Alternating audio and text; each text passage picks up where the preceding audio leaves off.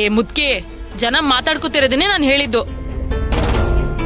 ವಾಡೆ ಕೆಲ್ಸದವ್ರೆ ಅಲ್ಲಲ್ಲಿ ಗುಸ್ಗುಸು ಅಂತ ಮಾತಾಡ್ತಿರೋದು ನನ್ ಕಿವಿಗೂ ಬಿತ್ತು. ಸಖತ್ ಪಬ್ಲಿಸಿಟಿ ನಮ್ಮ ಮನುಗೆ. ನಮ್ಮ ಮನು ಲೆವೆಲ್ಲೇ ಬೇರೆ ಇವಾಗ. ಪಬ್ಲಿಸಿಟಿನಾ? ಏನ್ ಹೇಳ್ತಿದ್ಯಾ ಗೀತಕ್ಕ? ಏನೇನ್ ಮಾತಿನ ಅರ್ಥ? ವಾಡೆಗೆ ಶಾಪ ಇದೆ, ಅದು ಹೆಣ್ಣಿನ ಶಾಪ.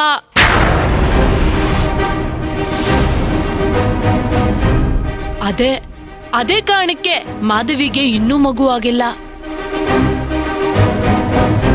ಆ ಶಾಪದಿಂದಾನೆ ಮಾಧವಿಗೆ ಮಗು ಆಗಿಲ್ಲ, ವಾಡೆಗೆ ವಾರಸ್ದಾರ ಇಲ್ಲ.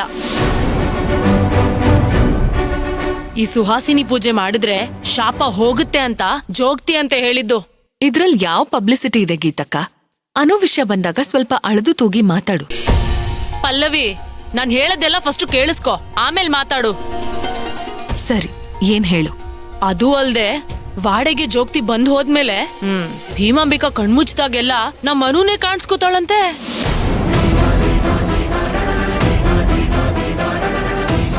ಅಲ್ಲ, ನಮ್ಮ ಮನುನೇ ಯಾಕೆ ಕಾಣಿಸ್ಕೋಬೇಕು?